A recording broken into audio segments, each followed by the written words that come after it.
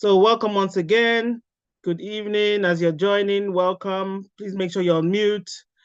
I'll introduce myself again. My name is Flora Coker. I'm the founder of Encapsulate Healthcare Solutions. I'm a pharmacist by trade. And this is a training session we have once a year for healthcare professionals to equip and upskill you so you can continue to provide the great care you do for your patients.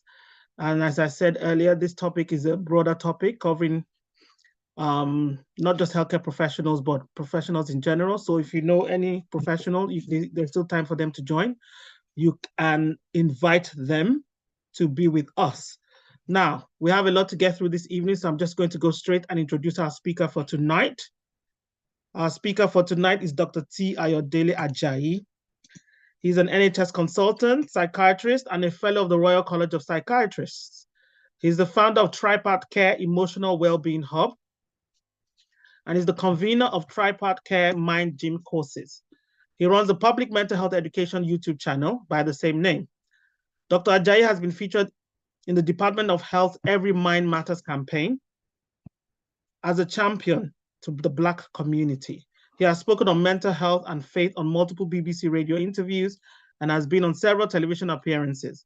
He's an engaging public speaker, as you will soon find out, with an international speaking profile. Dr. Ajayi also runs Medex Medical, a public mental health training consultancy that provides services to corporate, charities, and church organizations. So please join me with your emoji and welcome our speaker for tonight, Dr. Ajayi. Over to you. Thank you very much, Ms. Coker, for that very warm welcome. It's really good to be here. And it's really a privilege to be here tonight. Thank you for the invitation. And I'm particularly thrilled because I think we've got a distinguished audience this evening. Yeah. It's always a privilege to speak to healthcare professionals.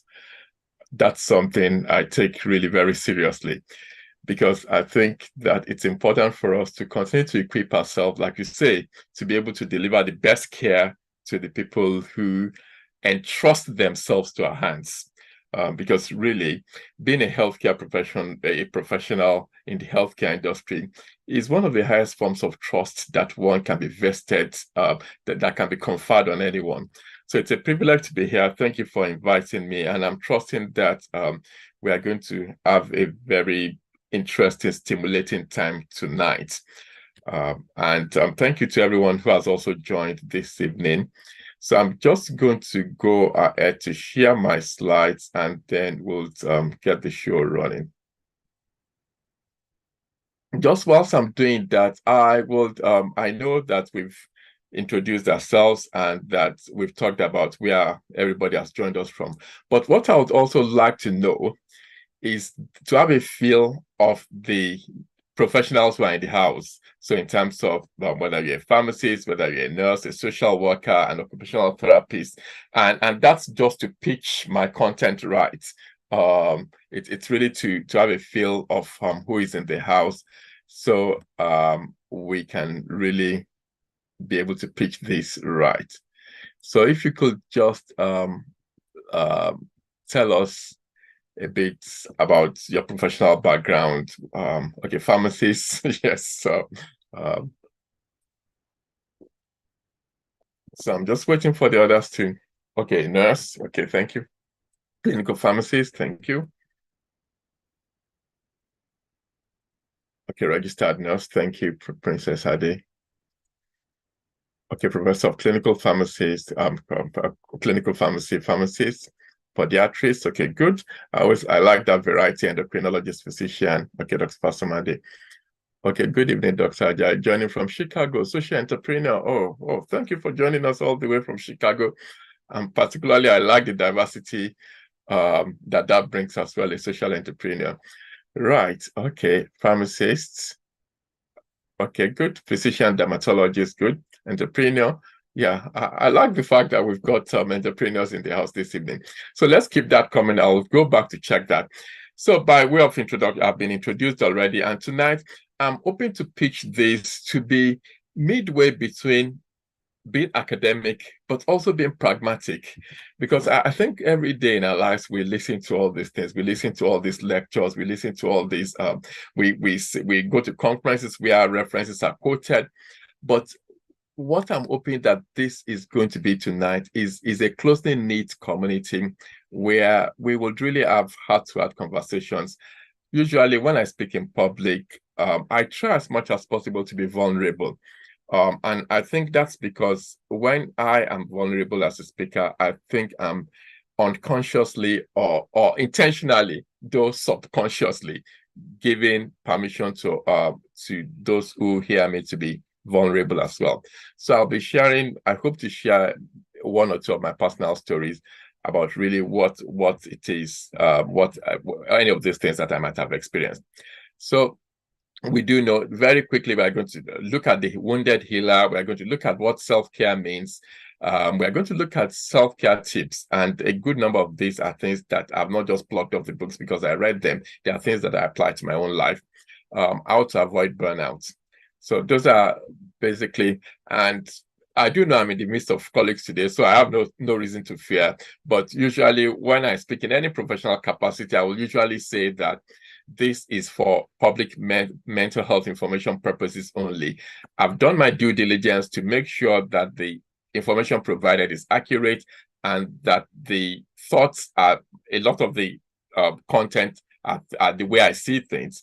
However, this is not by any means a personal consultation, and that anyone who is attending and wants to make major decisions about any decisions about their healthcare should please consult with their primary care providers. That could be the family physician or the general practitioner or the healthcare provider, psychiatrist, psychologist, whoever that is. So that's what we are going to go to. Who is this wounded healer? It's very important that we know it, because sometimes we are talking about the wounded healer, but the wounded healer may actually be people who are looking at us, who are part of people who are in this room currently tonight, in this virtual room. Because the reality is, I'll put up my hands that not too many months ago, I found myself in a position of a wounded healer.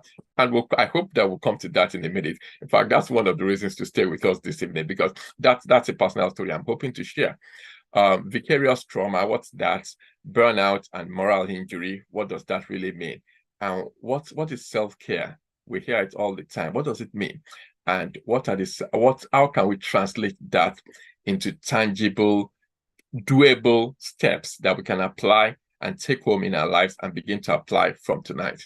And as it's been said, that I run the Tripart Care Emotional Wellbeing Hub, which is a safe, supportive space for people of Black ethnic minority backgrounds, and particularly also people from the Black church community. And so there are a lot of things that I've learned from running those groups and running those workshops over the last 2.5, 3 years. And some of those tips I'll be sharing, we've actually put everything together onto just one template or just one slide. So I'll be sharing that at the end.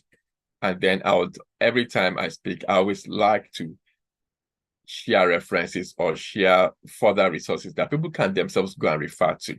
So I'm hoping to share that as well. So I like to be very interactive.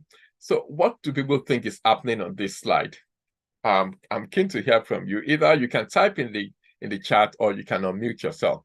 Meanwhile, I'll also check what's happening on okay, somebody said they're from nurse and midwife. Somebody said they're from Ogun State in Nigeria. And they look at the pharmacist. Thank you for Euro pharmacist. Thank you. Pharmacist, thank you. RN. Okay. Pharmacist from Eswatini. Thank you. Right. Okay. So let's start typing away. What do we think is happening in this slide?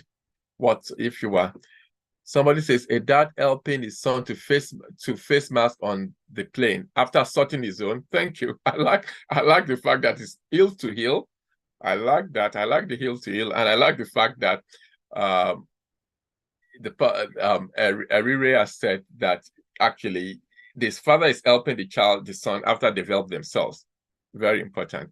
Actually, okay, a dad helping their son heal to heal.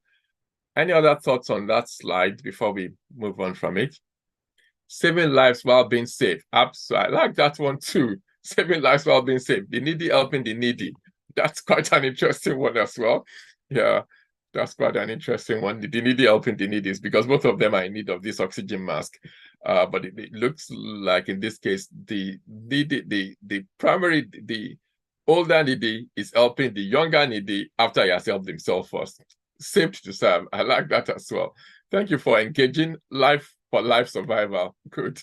Thank you all for engaging with this.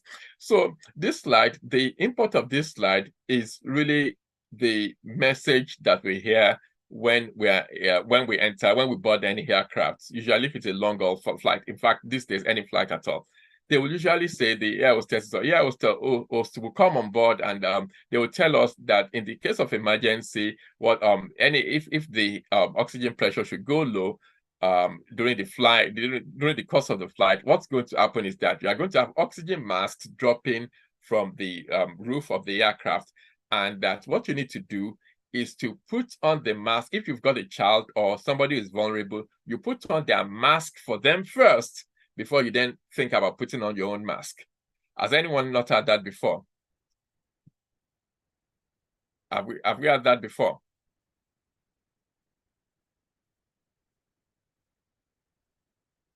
Okay, somebody's responded multiple times. Okay, good. Right. Okay, that's quite interesting. Okay, somebody's saying no. Why is that? Somebody said no. Why did you say you haven't had it before?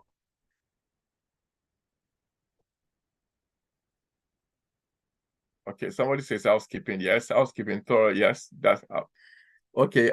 I love you dearly, but I love myself too. I'm only able to help you if I am well myself. That's the point, really. So you put on your own mask first before helping others. That's the import of the slide, really. That's the people, the air hostess or air host will usually say, put on your own mask first. No matter how you love your child or love your mom or dad who is vulnerable, put on your own mask first. Because if you don't put on your own mask, you are not really in a position to help that vulnerable person who is with you. And that's what's happened there. He put on his own mask first, and before he put on the mask for the child. And I'm hoping that tonight we can have some tips about why do we find it easier to want to put on the mask for other people first as healthcare professionals before we put on our own masks. What makes us do that? Because really, there's been quite a lot of study about this, about the health of healthcare professionals, and some of those I'm going to share. Yes, some of those I'm going to share tonight. So let's go on to. So hopefully by tonight, if we by default don't put on our masks first, we'll be in a position where we begin to do that. So also by show of hands or comments or muting, I'm quite keen to know how many of us here have ever been prescribed antibiotics. I know I'm in the midst of pharmacists, so I've got to be careful here. But we could thumbs up or whatever, just to indicate anyone in the house who have been prescribed antibiotics. Okay, right. Yes, put the questions. Okay, yes. Okay, good. Yeah, thank you. Yeah, so it looks like we've got a number of people who've been prescribed antibiotics before. Okay, good. That's good to hear. Now, the next question I'm going to ask you is this, and you don't have to answer this one, don't worry.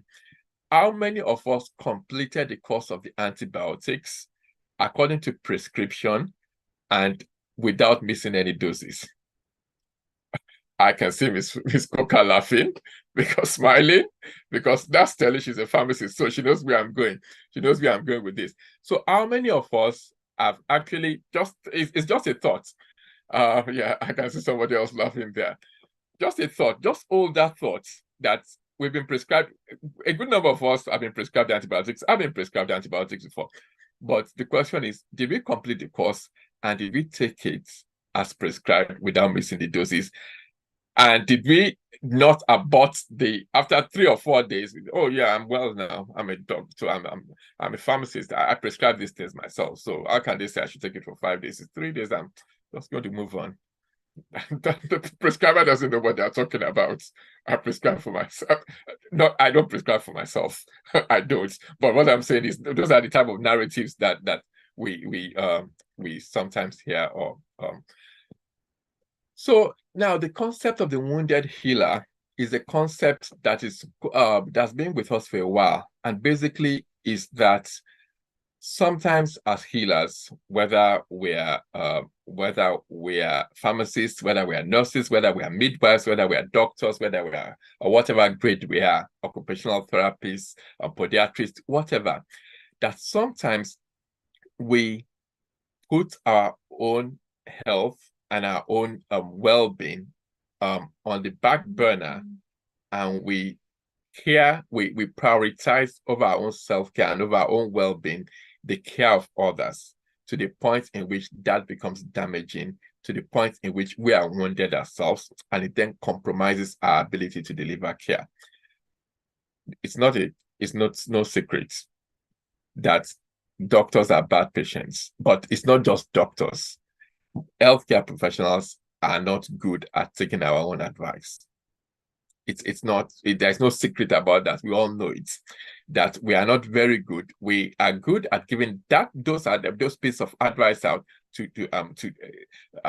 pharmacists are good at prescribing and stating on the box the way we should be taking it. But when it comes to really following the rules and the regulations, following the prescriptions ourselves, we are not that good, and that's something we know.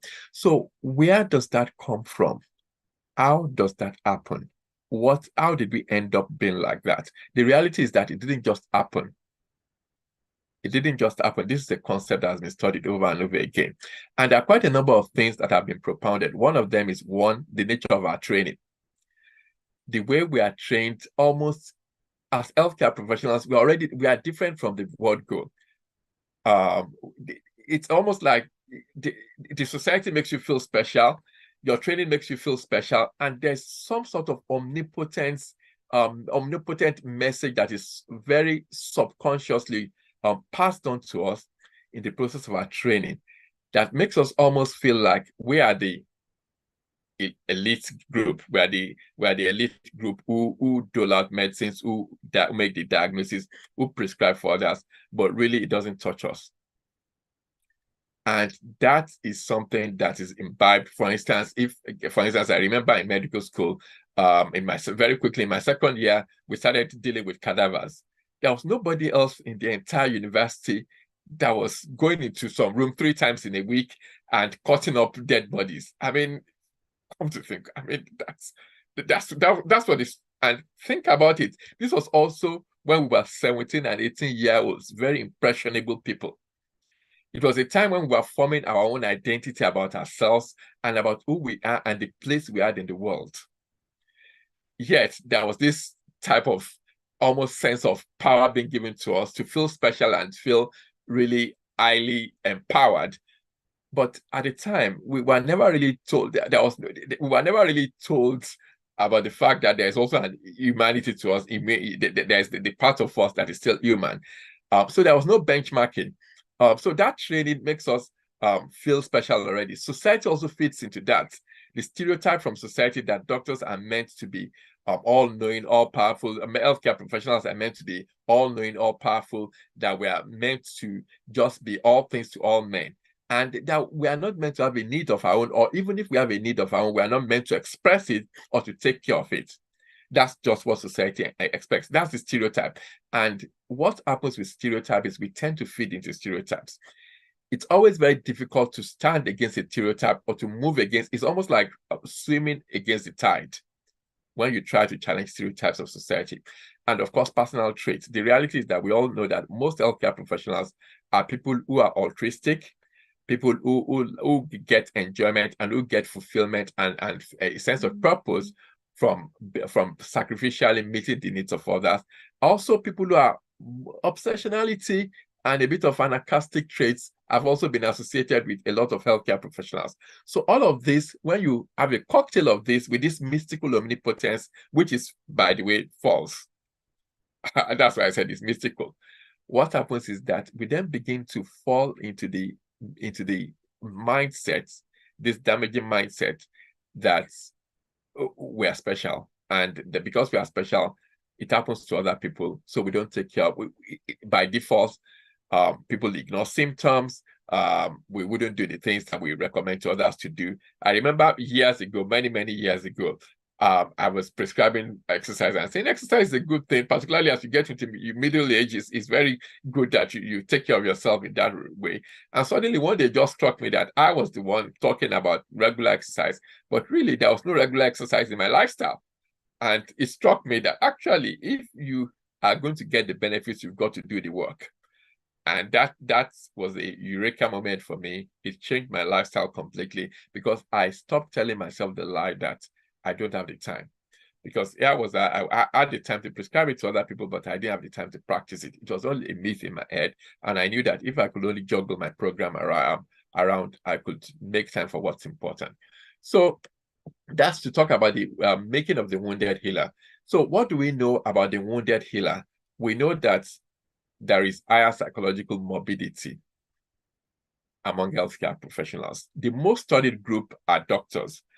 I was still checking the literature today, and I found that actually the latest one of the latest meta-analysis on that was one released in 2019, just before COVID.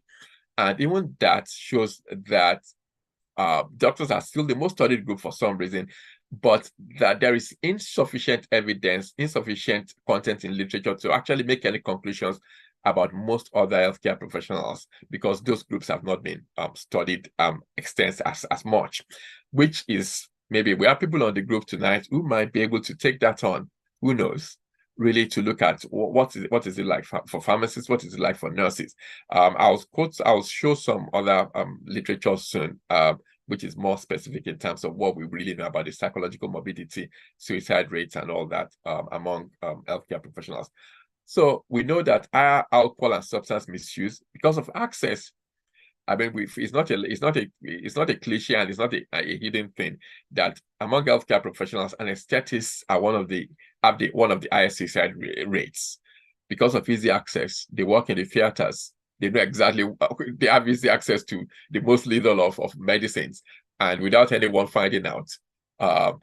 And so it's reasonable. Burnout is also very common. Stress, depression, anxiety, suicide rates, marital breakups, friction in marital relationships, interspousal relationships. There is, in fact, one of the literature I would recommend is by a guy called David Sigmund, who has written on the wounded healer. And the way he described healthcare professionals in it, he was talking about the fact that how that can impact on not only on marriage, but on parenting and being absent, just being emotionally absent. All of these things we know. Right. So what do we know more about the wounded healer's mental status? We do know that doctors, for instance, have 2 to 5 times, depending on what country, depending on what population you study, higher suicide rates than the general population globally. So it's 2 to 5 times higher than the general population. The other thing we do know that it's female doctors who are more at risk than male doctors, despite the fact, very interesting, that we know that generally, globally, for every that out of 4 suicides that take place, three of them are men. But we also do know that when it comes to doctor suicide, females are more at risk, juniors more also at risk, so trainees. And I suppose there are very senior people on the call tonight that should make us to begin to think about the people under our care, about our trainees, about our pharmacy trainees, about our pharmacy technicians who are just joining the team, about our foundation year pharmacists, about our trainee doctors, about people who have just newly qualified nurses. For the people who are more senior, how are we looking out for them? And then we know that anesthetists have said, so the three, in terms of medicine, for instance, medical specialties, anesthetists, psychiatrists, and by the way, when the psychiatrist bit of it was something I struggled with. I kept thinking, and that's part of what we are talking about. I kept thinking, where did they get that from? But of course, I've read it before. I know it's true, but even reading it again today, it was like, but anyway, that's what it is. And general practitioners for obvious reasons, general surgeons as well. And then that US physicians have a higher risk when you compare them globally with other physicians across the globe. Nurses, this was in 2020, just in the COVID year, there was some Office of National Statistics, actually healthcare professionals, showing that in that year, there were 72 healthcare professional suicides in that year. That was more than one a week.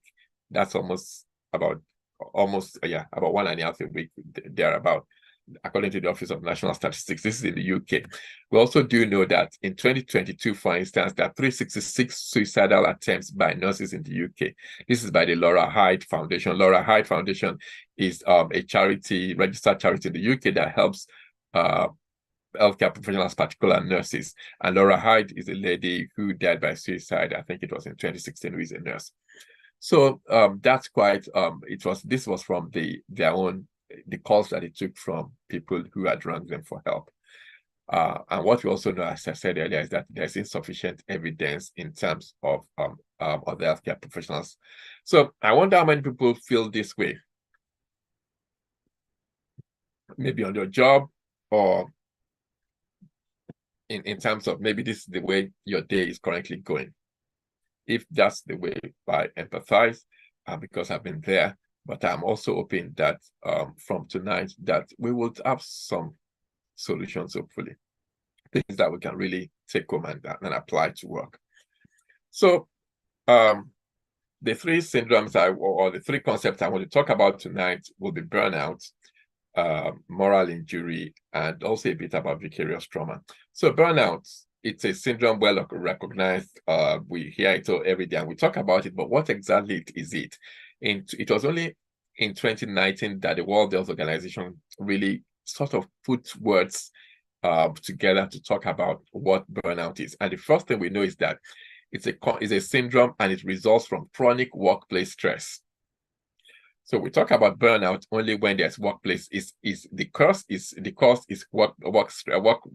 chronic workplace stress, and it is when it's not successfully managed. So the issue is not about not having stress at work. The issue is having stress at work that is not well managed. And classically, what you have is that there is a physical, emotional, and mental exhaustion, and it's caused by long-term involvement in situations which are emotionally draining. And as we are listening to me, for people who are in the Western, who are in the advanced nations of the world, it's issues about funding. It's issue about long working hours. It's issue about the concern about dealing with SUIs, serious untoward incidents investigations, having to give evidence at coroner's courts. It's those sort of things, having to deal with errors at work.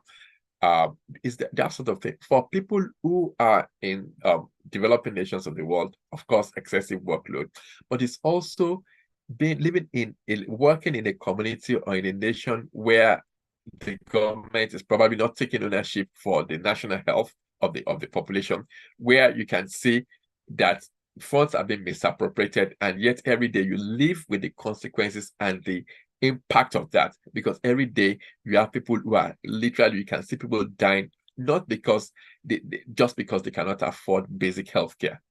And that can be very crushing, because when most of us signed up to be in the health profession, we signed up because we wanted to be helpers, we wanted to be healers. So when we see something when we are living constantly with situation that prevents us from being able to really give our best, it can be crushing. And there's so much that we can take. And that's where moral injury comes in. So whichever side of the divide you are, whether you are on the side of advanced nations, it's not like things are easier here, to be honest, because constantly we are dealing with funding issues. Constantly we are dealing with having to juggle things, juggle different balls. And sometimes it almost feels like people being is profit being prioritized over people. I know my American colleagues would probably be able to even relate to that more. So basically that's the condition. Work-related stress is chronic and it's not been successfully managed. It begins to take its toll physically, emotionally, and mentally. And the other thing is that burnout is very common to people in the helping professions. So and that includes veterans, war veterans, people who are war veterans. It includes people who are carers, people who are even ministers of religion. Wherever you are, where your role is to help other people to in a helping profession, there's always that risk. So the three core components, according to the World Health Organization, are these. One, you have emotional exhaustion. This is not physical exhaustion. It's the type of exhaustion that even when you've had 9 hours or 8 hours of sleep, you get up in the morning and it's, oh God, it cannot be 6 o'clock already to get up for work. It cannot be, because you still feel so tired and exhausted. Not because you're physically tired, but because you're emotionally worn out. And I'm sure a lot of us can relate. Only 3 years ago, we dealt with COVID. We dealt with the pandemic, so we know what that feels like. So it's been you just feel emotionally overextended, and is this pervasive inability to really deliver, and to feel also negative about your relationships. It then has negative impact on your relationships and your life outside work. So whatever is happening at work that is emotionally draining persistently, their chronic stress is spilling to home life, is spilling to every other aspect of life. And you are just flat out tired mentally, usually, but also physically. And then it gets to the point in which the person begins to distance themselves. The person becomes unfeeling, impersonal. It's almost like there's negativism, there's cynicism towards work. It's almost like you almost expect the best and the worst out of a situation from work. You become, and that can take, of course, what then happens after all that happens, exhaustion, emotional distancing, is that there's reduced efficacy at work. So the efficacy drops. Because you can't juggle all those balls perpetually, you begin to drop the ball. And it's good to know all these things, to really to be specific about them. The reason is because perhaps we're in that situation, or perhaps we have colleagues who are actually in that situation, so we can help them.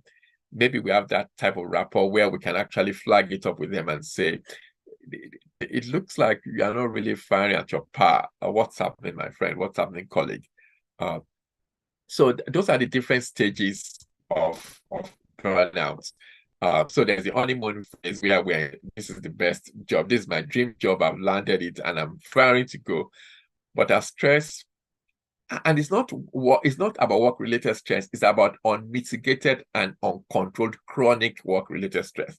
So I need to define that, because the reality is that stress there's no stressless society, there's no stressless job, there's no stressless healthcare community. It's just about when it becomes chronic stress, and there's no mitigation. That's when it becomes a problem. And of course, burnout then ensues. And then habitual burnout is when it's chronic and one is perpetually living with burnout. That's when it begins to take a toll, perpetual toll, also on mental, physical, emotional, and social well-being. So physical symptoms, exhaustion, we've talked about that. Frequent headaches, gastrointestinal symptoms, sleeplessness, shortness of breath. People just begin to develop panic attacks, just getting out of bed or getting into the work situation, or being exposed to a particular aspect of work that they're not, that puts them off. Anger, frustration, irritability, suspiciousness. People just begin suspicious of the system. They are keyed up at all times. And of course, depression can also ensue. So basically, those are the physical and behavioral symptoms that can ensue as a result of burnout. So what are the personal risk factors? Heavy workload and working long hours. Not surprisingly, given that we are talking to healthcare professionals, work-life imbalance. When there's a struggle between work-life balance, and sometimes that could result at times of change. I mean, I've said that I'm going to be really very transparent here, and hopefully my permission, my transparency, and my vulnerability will give others permission to be vulnerable as well. So about this time last year, now in retrospect, thankfully I realized it quite before things got out of hand. About this time last year, I can now see that I was heading towards a burnout at work. I was juggling so many things, and that was because we were chronically understaffed. a team of 5 consultants. At the best of times, we had 3 constantly on ground for several reasons. And that had been going on since the lockdown. So this was something that was now getting to about 2 years running. But not only so, there were things that were happening in my personal life. My dad was unwell, and he was very, very unwell up in the north in Manchester. So I was commuting, taking time off work, commuting between here and Manchester, spending time with him. Sometimes literally I would drive up to Manchester and back within the weekend. Sometimes I took the train. And that obviously was taking its toll, and particularly because also my dearly beloved dad, who was just 81 years old, I mean, for me, he was still quite young, was literally ebbing away every time I visited him. So all of this were conniving together, and plus the fact that I not only had clinical duties, I also had my clinical managerial duties. I was clinical lead, with having to juggle a very understaffed medical workforce, which meant that at the end of the day, the show had to go continue. The show had to go on, and the buck stopped with me in terms of making that happen. So there was quite a lot going on. Eventually, by just before Christmas, my dad then went home to be with the Lord, and all of this was happening. I planned to take Christmas break anyway. So I took Christmas break, and over Christmas break, I was able to reflect. And at that time, there was so much happening. I was dealing with grief, but thankfully I was with family, really very well supported. And that's one of the benefits. I think that's one of the things that really is important when chronic work-related stress is happening, in terms of really finding your support system. And at that time, during that process, I was able to decide over that Christmas period that actually this cannot continue. And thankfully, I could really say that because of all that was happening in my life, work new, I just said, actually, I'm packing in this managerial post. I don't want to be a clinical manager. I don't want to be a medical manager again. I'm a clinician by all intent and purpose, and actually it works better that way. And because of all that I'm juggling at the moment, I'm sorry, I need to walk away from that particular additional responsibility. It was tough because on the one hand, I was thinking, oh, I'm going to leave my colleague who was on the managerial ladder. He was on higher cadre than myself, but I was going to have to leave him to deal with things.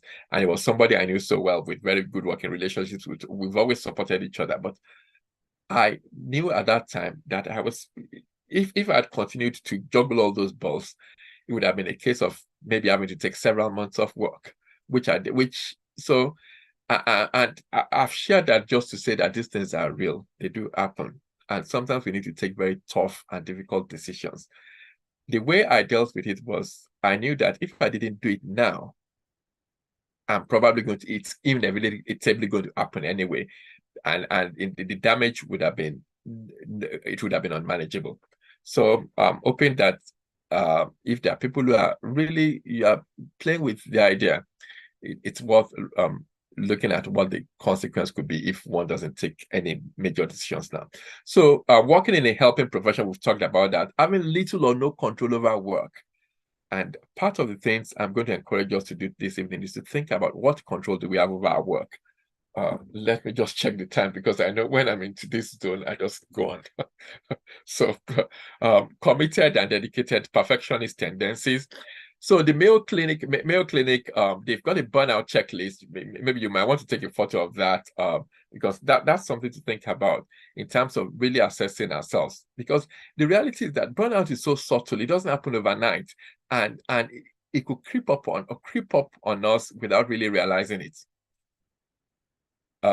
It's amazing how that could creep up on. So it's important to bear that in mind, and just to those are the things to think about when there's an habitual problem sleeping. One is always keyed up at work. One is lacking in energy all the time, and then lack of satisfaction from the work just becomes numb. You don't get satisfaction from being there any longer and from delivering at the end of the day, being irritable. So what's the difference between stress and burnout? And very quickly, I'm going to open us up to have a conversation. I'm aware of time, so I'm going to whisk through the rest part of it. So stress, what's the difference between stress and over burnout? Because that's probably something on your mind. Stress is about over engagement. It's about where everything is on overdrive. The system is on overdrive. The system is the body systems. We all know the pathophysiology of this, so I wouldn't go into that. But it's the body is rising up to the challenges, and all the hormones are raging. When it gets to burnout, it's not over engagement again, it's total disengagement. It's just one is just like I've had it. One is still there, present, but not at home. At work, but not working. Not because one wants to be absent. So presenteeism. The person is there, but they are not firing at par. And they are just disengaged emotionally. The mind is gone. Emotions are overactive with stress. In burnout, is burnt out. It's just everything is burnt out. It's just right. Everything is just, there's nothing there to give any longer. You know, when I put this on Facebook this morning, I said that that you can't pour from an empty cup. That if you keep pouring from a cup that is empty, you risk breaking that cup. And breaking that cup can manifest as burnout. It can manifest as addictions. Many times we think addiction is alcohol, it's illicit substances, but how about prescribed substances? How about diazepam? How about cocodamol? How about tramadol? And I know I'm in the midst of, there are a lot of pharmacists in the house. How about all those? And we feel that it's okay. It's not. It's okay. It's prescribed, but those things are also as equally potently addictive, but also potentially destructive. So there's blunting of the emotions. For stress is urgency and hyperactivity, just running around on overdrive all the time. For burnout, is the person has had it and they're just helpless and hopeless and feeling trapped. So if feeling trapped is a sensation or an experience that resonates tonight, I'm hoping that you can go back after tonight and think about it and reflect on it and think about ways out. There's always an exit strategy out of that trapped place. For me, it was a difficult decision to leave management, but the reality is that 9 months on, or is it 9 months now? It's November, 11 months on. I think that was one of the best decisions I made at that particular period of my life. I feel more fulfilled at work now. I'm having time to do the things I enjoy, such as coaching and mentoring and teaching. And that has opened up more opportunities to have fulfillment. So sometimes they're hard decisions, but they've got to be made in order for us to really have fulfillment in the work that we do and to be able to deliver at par. Energy is usually, one is abounding in energy because one is running around when one is stressed, but burnout is just lack of energy, detachment, and depression. So according to Leeds and that's all they've talked about, so that's burnout, which I'm sure there will be questions, or if there are questions, we can talk about that later. Moral injury is basically about when we are constantly exposed. All this technical jargon is basically the distress that we feel when we are involved in taking actions usually as a result of our work, or we are witnessing actions that defy or contravene our moral code or ethics. A very typical example, when there were people who, during the COVID, during the lockdown, there were A&E nurses, there were A&E consultants, there were respiratory consultants who had to take decisions about who gets to be put on the respiratory machine or not. Think about the impact of that. Okay, this person is 60, so let's give it to the 12-year-olds. Let's give it to the let's give it to the 30-year-olds. When they knew that decision was probably going to mean that the 60-year-old was basically sentenced to the mortuary. It's those type of decisions. It's those type of decisions that people, war veterans, people who go to war, soldiers make in terms of all the feelings they get from, particularly if they feel if they don't agree with the war, yet they have to go there and fight and kill other people and carry guns and sometimes civilians. It's those type of conflicts that occur. That's what moral injury is about. And what we do know about moral injury is that when it happens, people feel shame and guilt. Shame is I'm bad. Guilt is I've done something bad. But they feel both. So there's a difference between shame and guilt. Shame is I'm bad.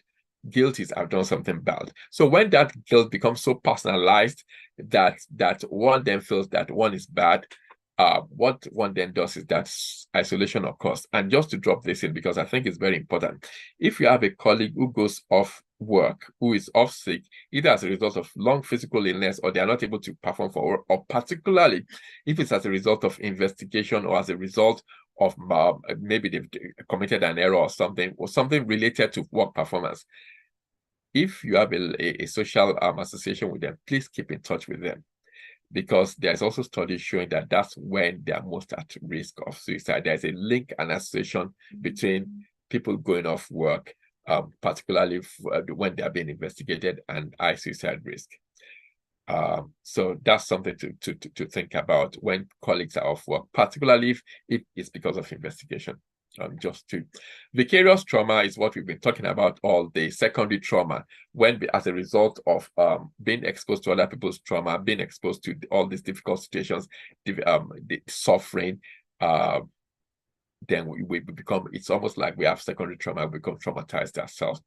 And it's almost, the symptoms are similar to the features that are experienced by the people who have the primary trauma. So also, it's something to think about, particularly because sometimes you are getting those symptoms and you are thinking, I'm not involved. I mean, I haven't been traumatized. Have you not?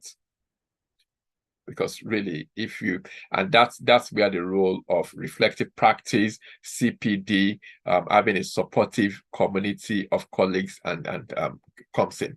So very quickly, I'm going to try to, after this very quick conversation, I'm going to try to wrap this up in 5 minutes so we can really have questions and answers. So I want to ask us, what are the myths we are living by as healthcare professionals that sabotages our self-care? And I want to hear from us. Let's make this interactive. Let's talk. What are the myths that are driving us, that makes us really, the myths that we are living by as healthcare professionals that sabotages our self-care? People might want to type on the chat, or yeah. I'm quite keen. Okay, good. Thank you. We've started having. Okay, yeah. So doctors don't. Oh, thank you for that. Yeah, I know doctors don't get sick. Doctors they're so insulated and cocooned, and viruses don't touch doctors. Doctors don't get COVID. Doctors don't. It's neither do pharmacists, neither do midwives or health podiatrists. It's because they work in the hospital anyway, so the viruses know them, so they never get on well. If I'm not there, things will for apps. Thank you for that. Thank you so much for that one. If I'm not there, that's part of the sense of omnipotence, isn't it? We think that if I'm not there, forgetting that, unfortunately, these are realities that we see. Unfortunately, it's just going to cost some flowers, and God forbid that happens. But we see these things happen. We see them, and we see that the show has to go on. Nobody wants the show. The show has to go on. The service depends. I know the service depends on me. Thank you very much. My patient needs me. Yeah, they do, but so does my family. So does my family. And the patient, I mean, doctors can be replaced, podiatrists can be replaced, pharmacists can be replaced.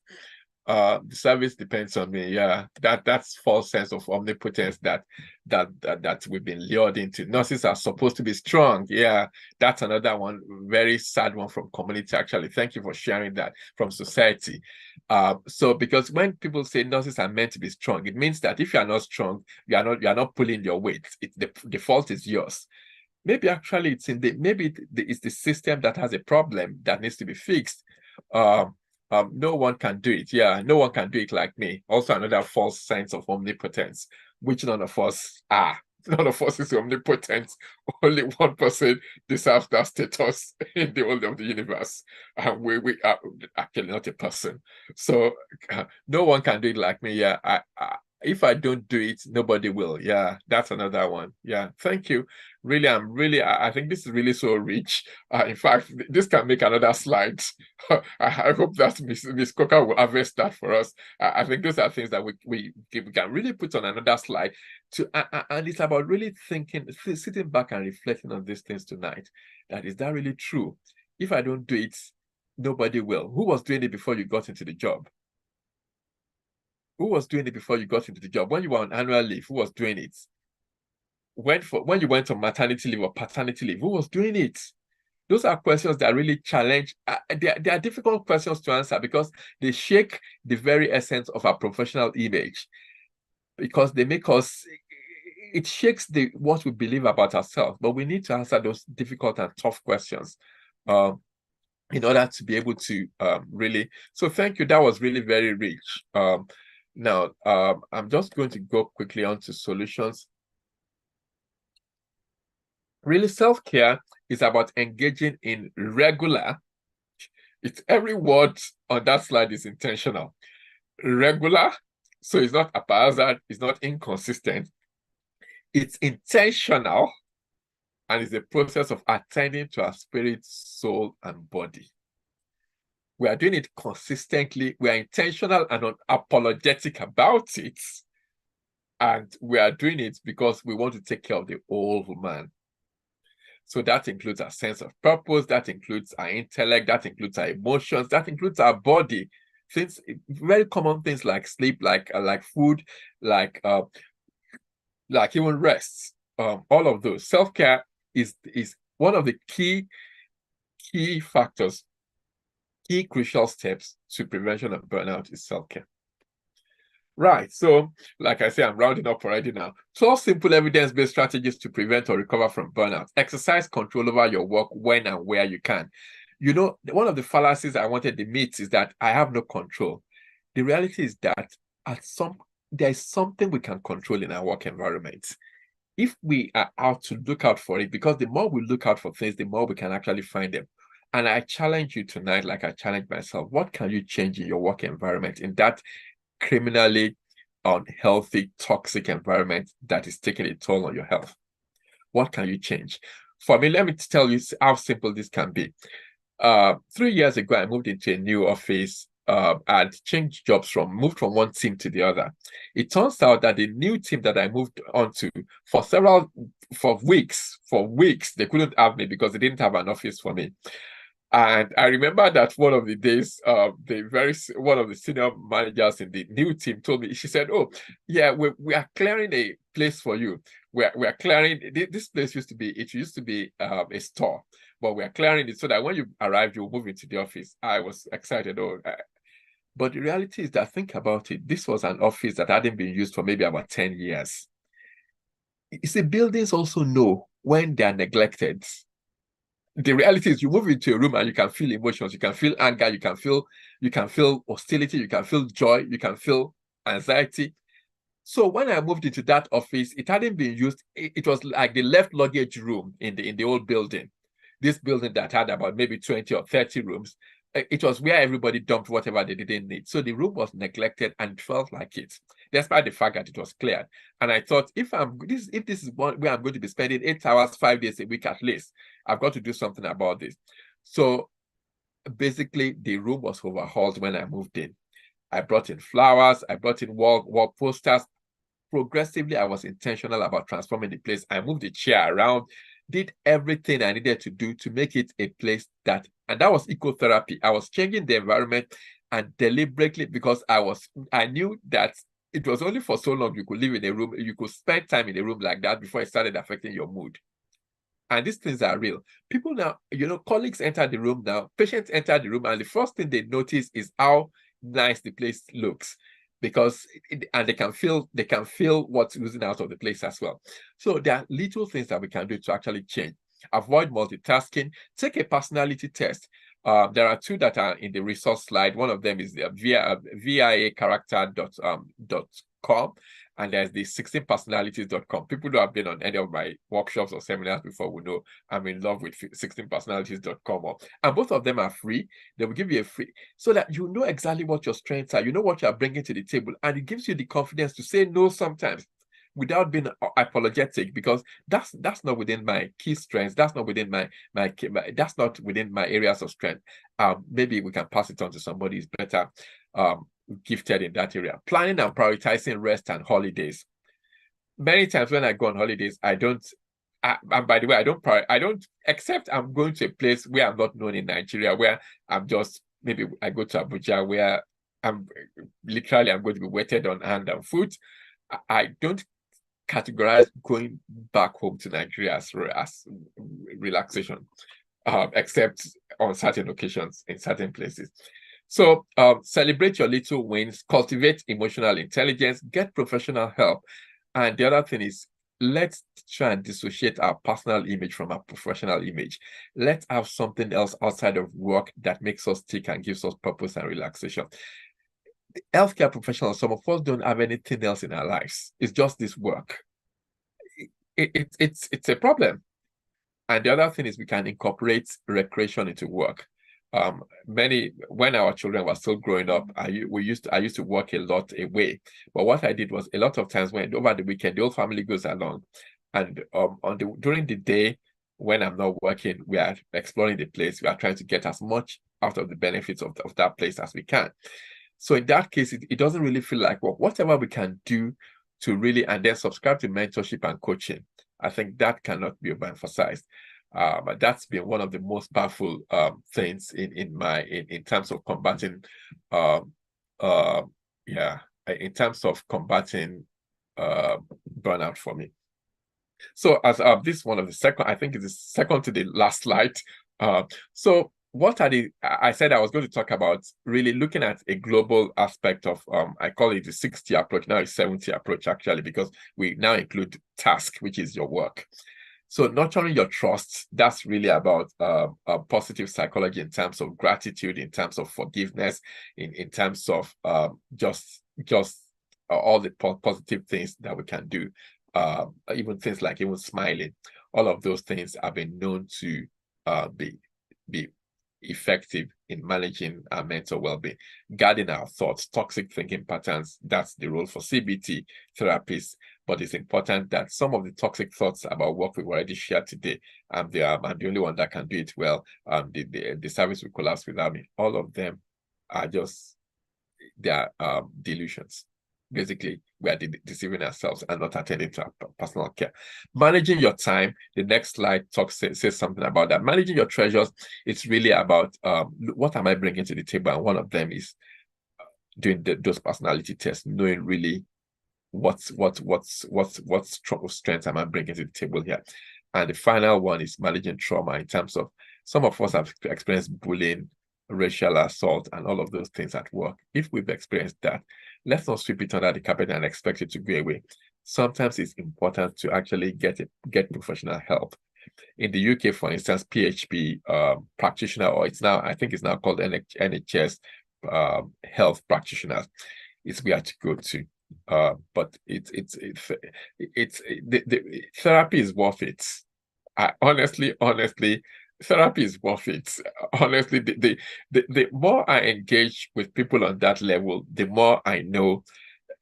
Only 2 days ago, somebody said, really, I cannot quantify in monetary terms what you are doing for me. This person is not, they are not young, but they were able to say that, thinking of, so if it's worth investing into.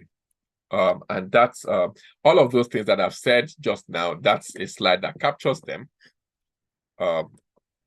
That's the slide that captures all of those things I've said. Trauma is about really some of them childhood experiences. And final slide is this before the resource slide. I encourage us to go home tonight. Let's look at our jobs. Look at your job plan. What is it that you should be declining, that you legitimately can decline on your job plan? What are the things that you are really paid to do and that you are good at doing? Those are the things that we need to be doing more of, and that gives you fulfillment as well. for instance, I've said that I packed in my my management job because it was preventing me from teaching.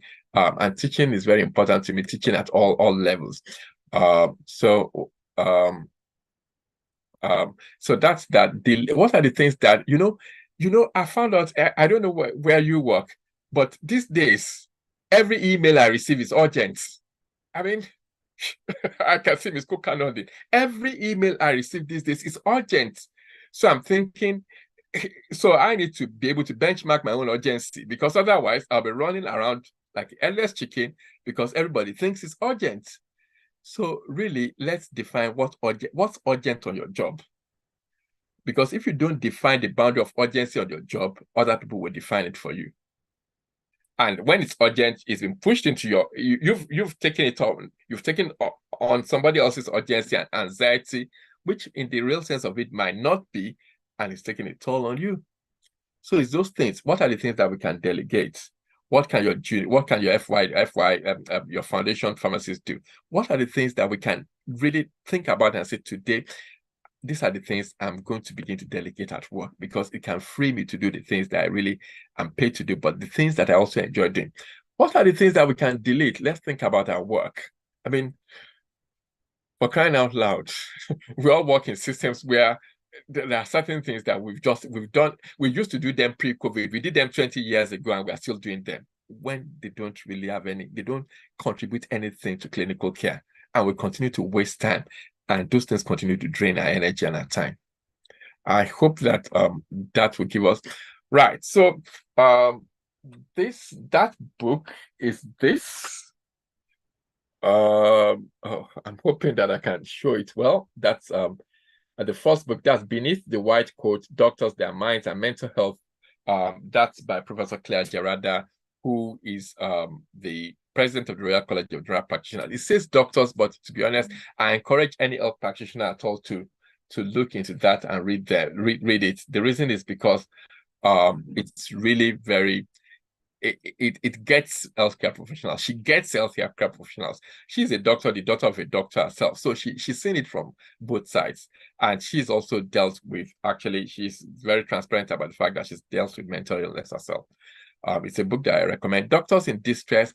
Also, for these things, even though they might have doctor names to them, but the reality is that I think that those are the resources that they've got online are things that can help all healthcare professionals. Laura Hyde Foundation is specifically for nurses.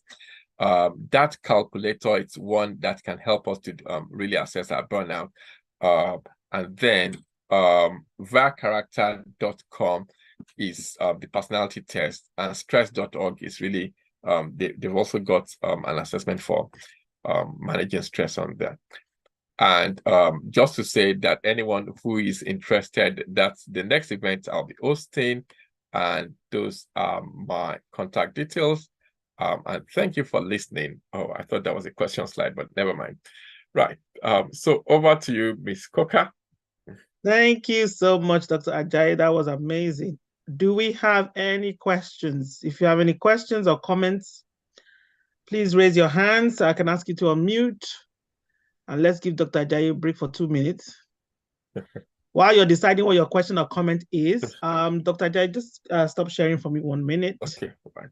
I'm just giving 1 or 2 minutes to have a break. Dr. Orode, do you want to go ahead and share the event for tomorrow, please? Just okay. 1 second. So if you have any comments or questions, please do raise your hand, pop it in the chat. If you have any experiences you want to share, remember we're recording, that you feel comfortable sharing. Please do. You never know who's going to help tonight. All right, Dr. Already, go ahead.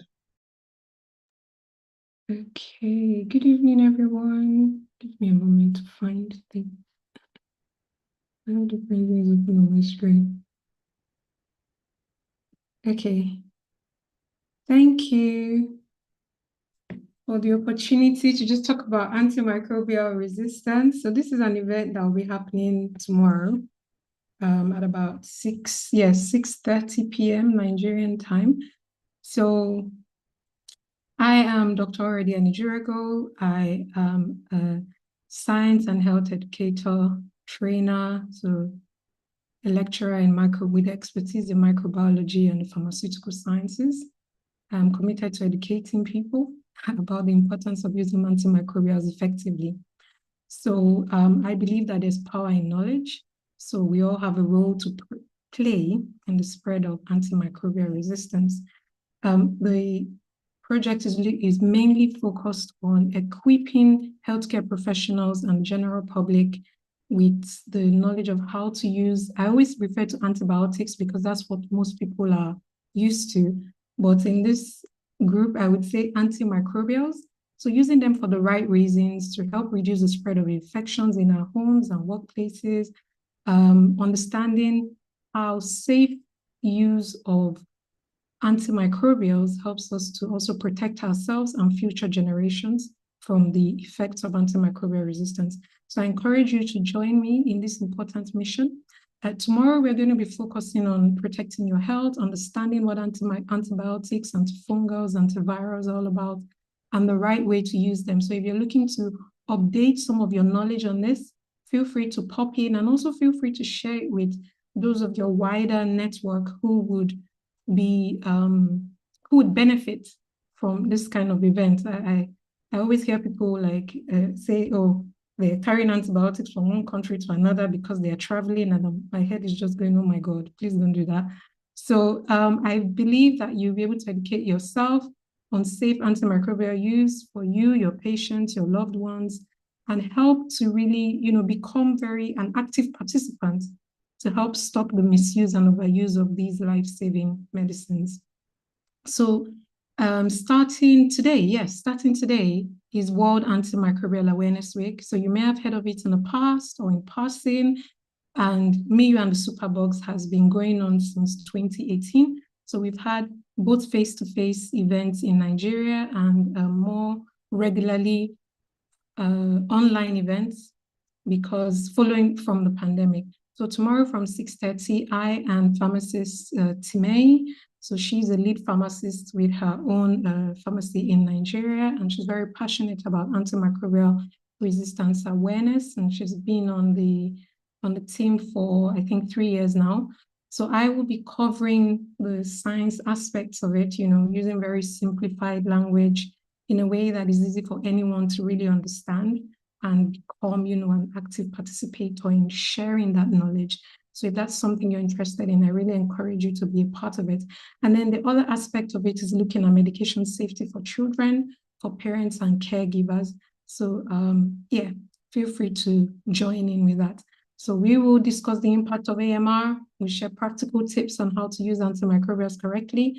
And I believe that as you equip yourself with knowledge, you can really help to make a real difference in preserving our life-saving medications. So do join in, and I look forward to meeting you and networking with most of you tomorrow. Thank you. Thank you, Dr. Orede. Do you want to pop the details of the Zoom in the chat here?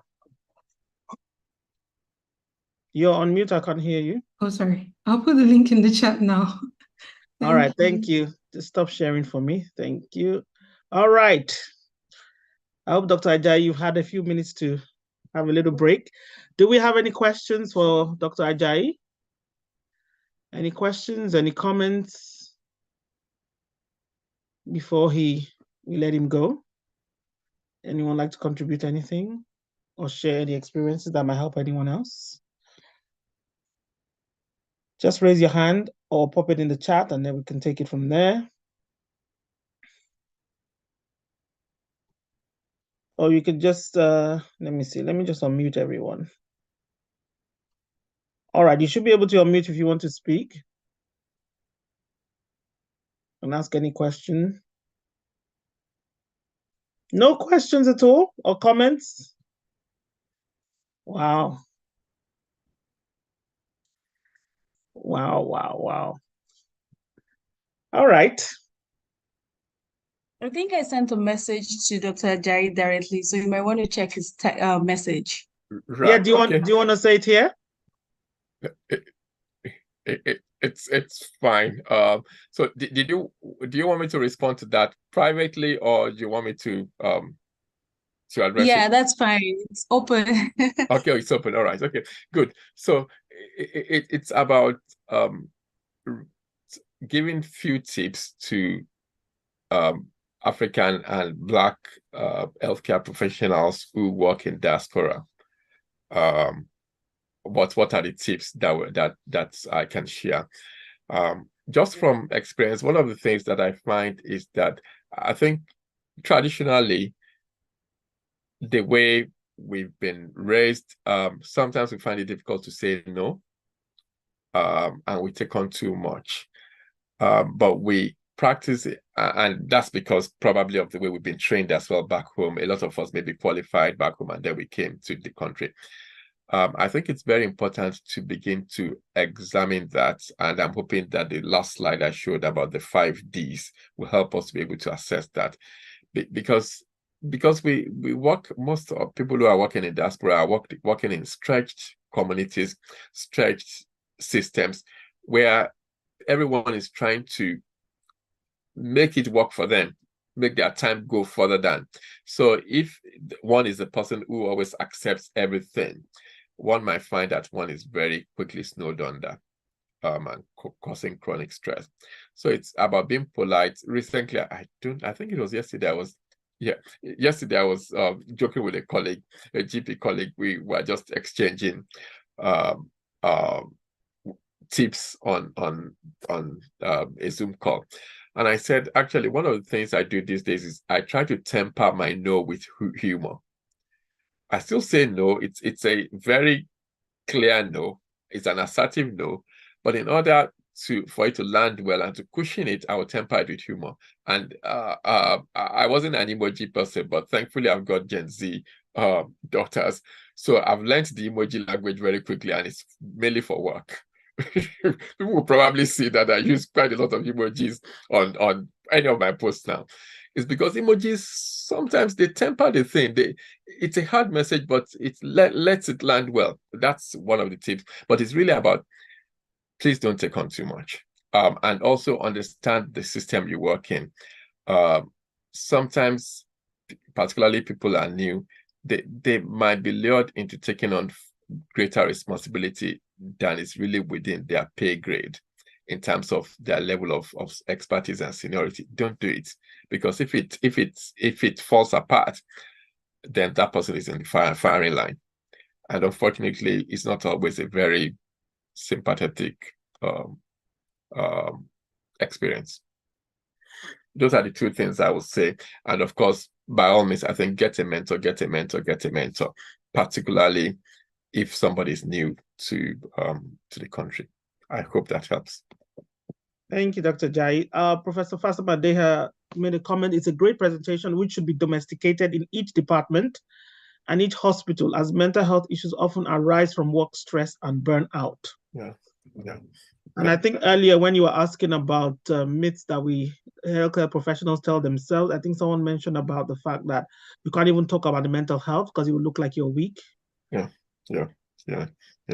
Thank you so much, Professor Fasmade, for that, because you are right. I think the statistics, there's some statistics that actually show that 3 out of 5 people who have mental problems, who are employees, say 3 out of 5. So if we have a quarter of people who have mental problems and all of them are employed, 3 out of 5 of them say that their mental problems are actually associated with work. That's huge. So it just buttresses the point you've made. Thank you for making that point. Yeah. Thank you. Any other comments or questions?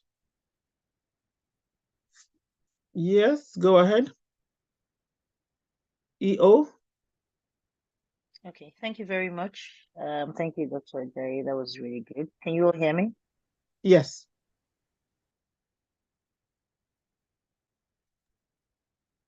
We could hear you. So yes, so the point I mean, everything you said is completely sound, and God knows that since COVID, these sort of conversations have been coming up like a lot more often, and it's almost becoming, I mean, we run the risk of just talking and never really acting. We run the risk of doing that.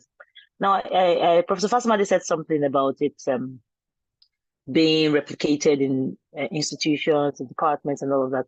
I know, for instance, for example, where I work, the system, the management setup, I think encouraged doctors and all the healthcare workers, not just doctors, to by all means go in. In fact, they had some sessions. We had some virtual sessions, especially just immediate post-COVID, that whole huge thing.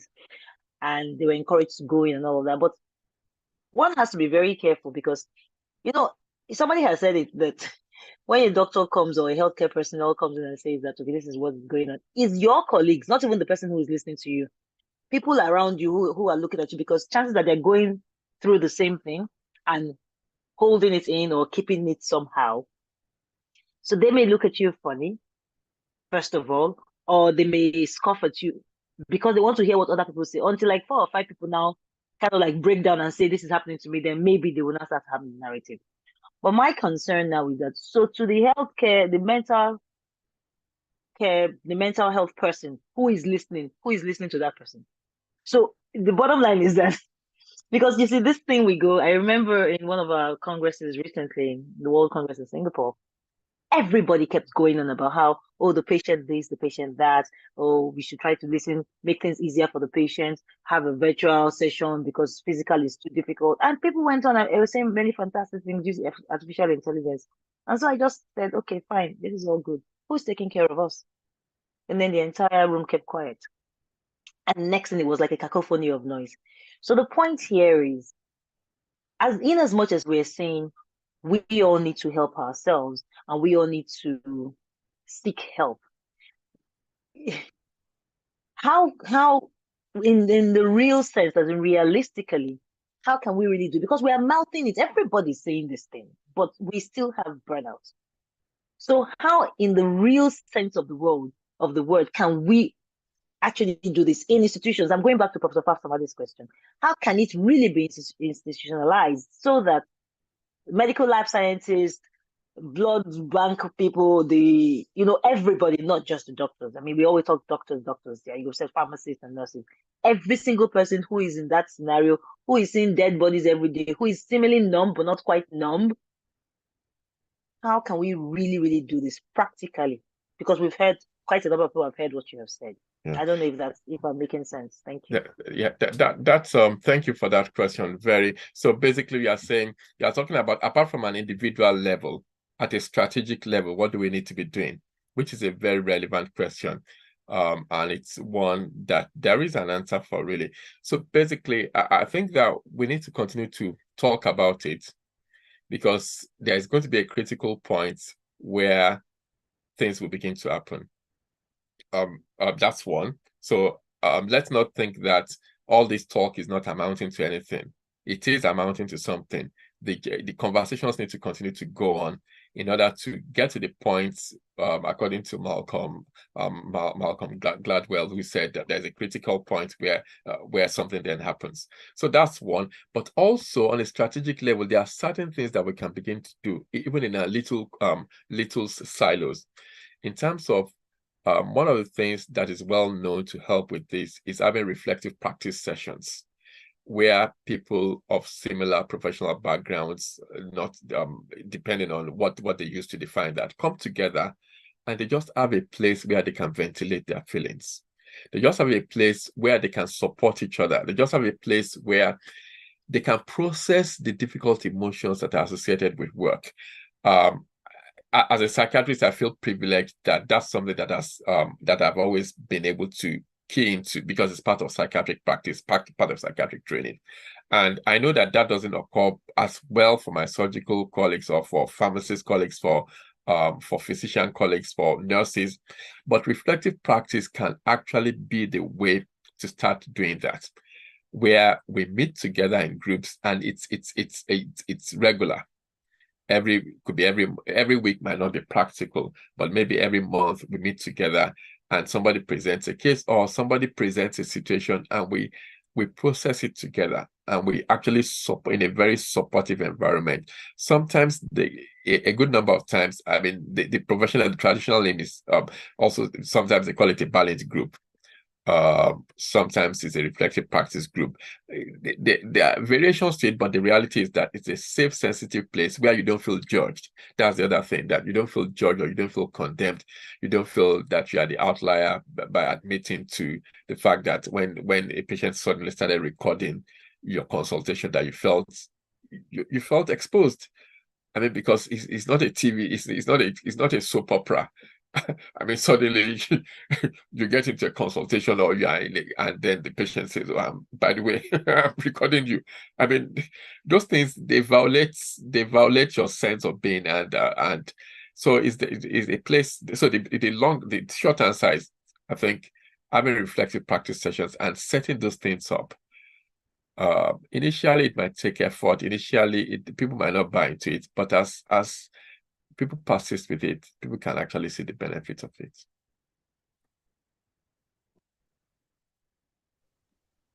Thank you, Dr. Ajayi. Dr. Erere, does that answer your question somewhat? Yeah, tipping point is the word I was looking for. Thank you. Yes. Yeah, well, thank you. Yes. I mean, obviously, like you said, the conversation has started, and once we start it and it doesn't become like a strange thing, it becomes almost norm, then obviously, I think the first thing was moving away from, we don't talk about this, it was all sotto voce, hush, hush, hush, hush. But now the conversation is actually being said. And like I said, even in little fora, in larger fora, people are definitely talking about this. So we will get there. So yes, I quite agree. We just need it to be strategic and institutionalized as much as possible. People are suffering. Thank you. Thank you very much. Thank you. Thank you. Dr. Bafemi. Yes, thank you very much. I think I was just going to respond to the part of your last statement about anyone recording with that. If the person is recording without your consent and you have to ask them to stop. If they refuse to stop, then that consultation ends. Full stop, no comma, no semicolon. So you don't have to entertain anybody thinking there's no fundamental human right. They have to get your consent that they want to record, and you have to accept. If you don't want to accept, that consultation terminates. That's just what I want to say, so that people don't assume that the patient or whoever has the right to record.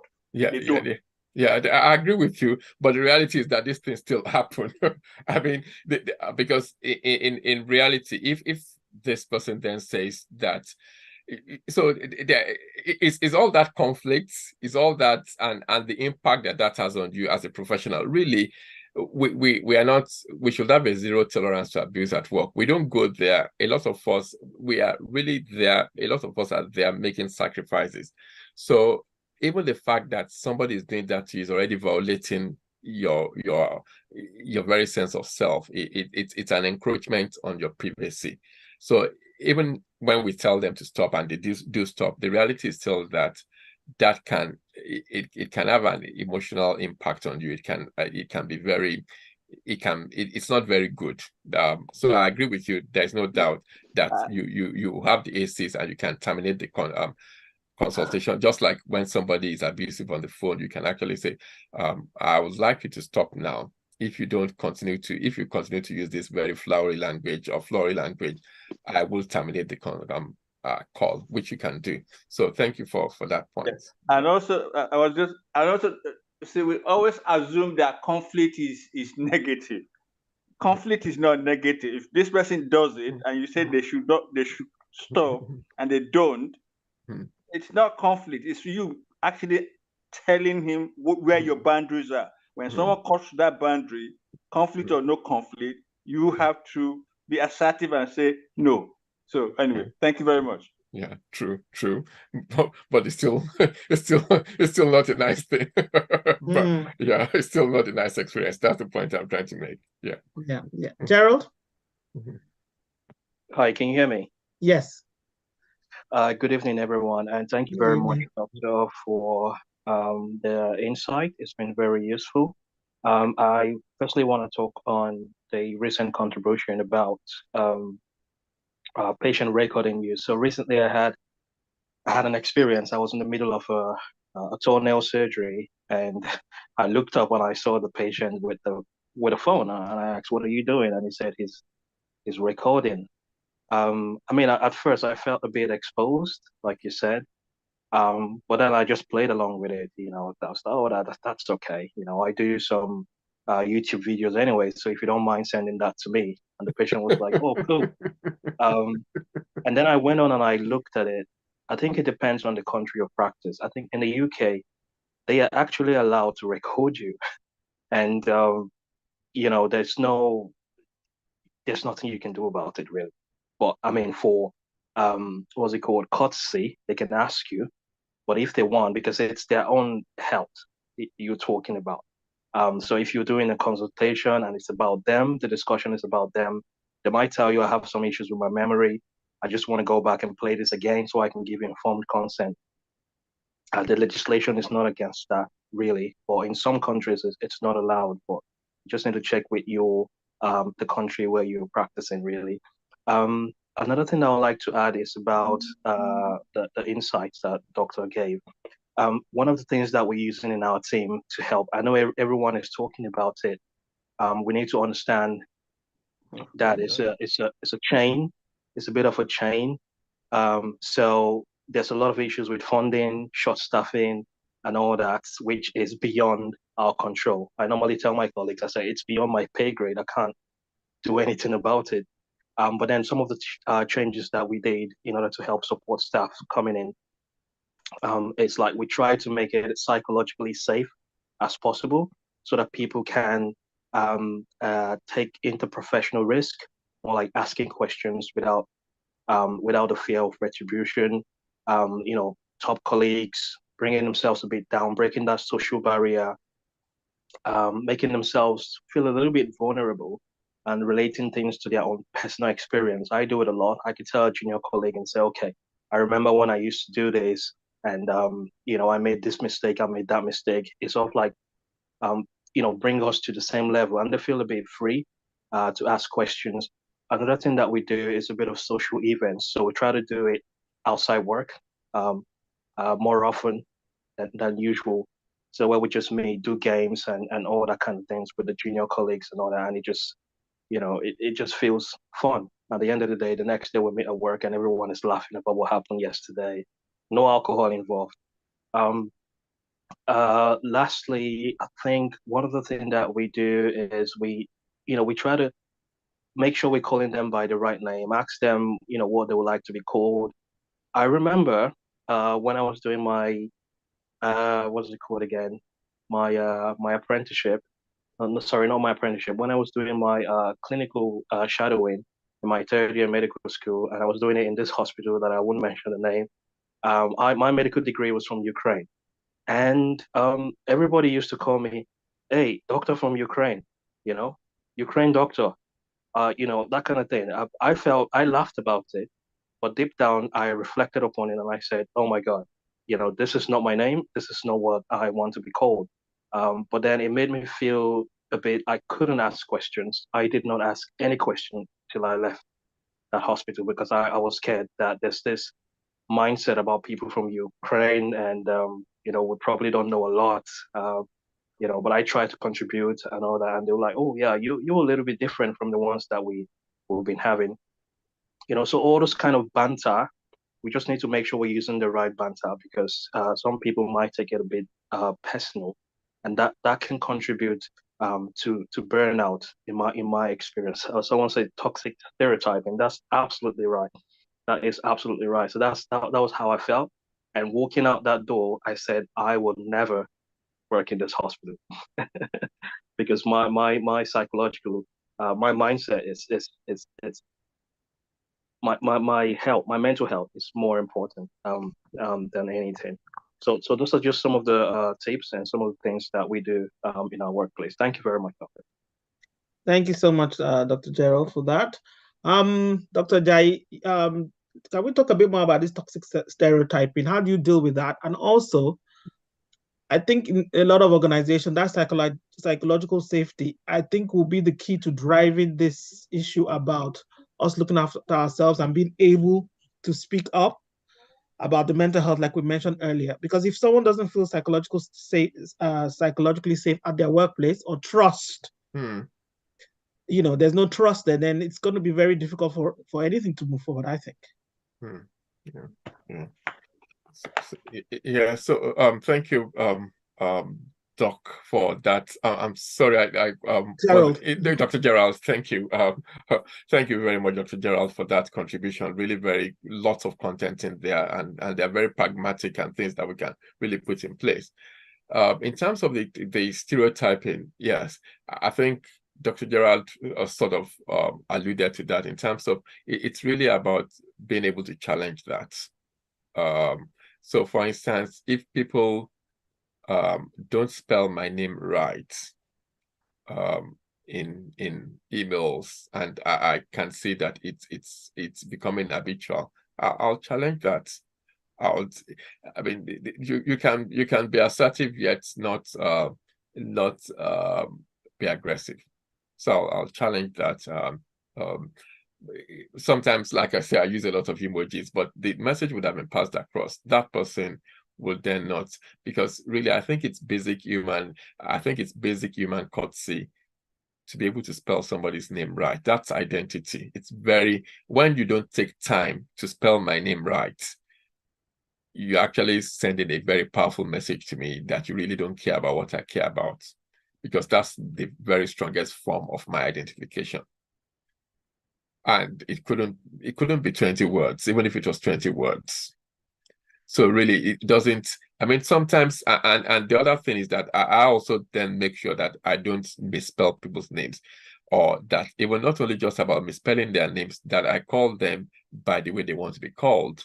In terms of they might have a long name and they want it shortened, or whatever way. There are times when I've actually checked the emails. I want to send a fresh email. I go and check the way that name is spelled, because I'm really being intentional about sending out a message that this is something I won't do to other people, but I also would not take it. So that issue of names is a very important one. And I think that the other thing that we can do, particularly as we rise up in the cadre, is to also call those things. We call them out. It might not be, I might not be the one who is on the receiving end. Maybe my junior is on the receiving end. I can then call out that behavior and really make sure that it's addressed, because I've got the power to do it. And the people the person that is being the recipient of that type of behavior might not have the power to do it. Unfortunately, for instance, like you said, Dr. Gerald, in that position, you were on clinical placement. So, but there were consultants in that team, there were senior people who could really have said, hang on a minute, the doctor has a name. And nobody would like to be called the doctor from Namibia or wherever. So I think it's also about, I suppose the challenge is two-pronged. One of them, that's the people that when we have the power, we should use it. So part of the responsibilities of being in leadership, I think, and having clout, is to be able to look out for the vulnerable and to use it appropriately. So thank you very much, Dr. Gerald, for that point. Psychological safety. Okay, right. Okay. So psychological safety, I don't think it's uploaded yet, but psychological safety is actually something that I've done a whole video on. I doubt that it's uploaded yet on our YouTube channel, but it's something to look out for. But in terms of psychological safety, I think it's really about being intentional about creating a safe, supportive space where people feel that they can speak up about anything, no matter where they are on the hierarchy, whether they are the bottommost person or the topmost person. They can speak up about any concerns they've got. But it's not just about speaking up, but also that they feel confident that the team gives them the permission to speak up and that they will not be punished for doing that. Because sometimes people speak up, they whistleblow, they give concern, but they then get ostracized. It's a psychological thing. They just suddenly find out that they are no longer in the fold. There are outings they don't get invited to. They just basically they are managed out of the core system. And that's because they are seen as obstructive and whistleblowers, or that they're the ones that are always playing the devil's advocate. So it's really about being and then to give everybody a voice. So looking out for people who are exceptionally quiet as well, people who they might have they might have creative ideas, but they don't feel able to, and drawing them into those conversations. So that's I think it's something that is evolving, but it's really team culture, and it's about also, as the leader, being able to challenge when somebody is jeopardizing or undermining that safety in the team. Being able to, maybe not, in order not to make them unsafe themselves, it could be having a word with them outside the outside the main system where it happened. I'm having a private word, but sometimes it's actually about speaking up right there and then, because that needs to say, the one needs to speak up to save the day. So, but psychological safety, as you say, it's really very important. Thank you, Dr. Ajayi. Any more comments or questions before we go? Last chance. We've gone over time. Any other comments or questions before I let Dr. Ajayi go? Dr. Ajayi, could you pop your details in the chat just in case some people didn't get to screenshot it earlier, or if you wanted to share it again, and your YouTube channel as well? Please, thank you. Okay, so in the absence of any more comments or questions, I think we will call it a night and say it's a wrap. Thank you, everyone, for joining. Please do give us feedback. I have popped the form in the chat. It's very short. Please, I'd like to know your thoughts so we can always improve. Part of our reflective practice here. So please do complete the form for us. Dr. Ajayi's details are on the screen. And with that, I would say, take care of yourself. The recording is on YouTube. You can watch it again and share it with people who couldn't make it tonight. And let's look after yourselves, look after each other. And we will see you in January for the next webinar. Have a good evening, everybody. Thank you. Bye-bye. Thank you. Bye.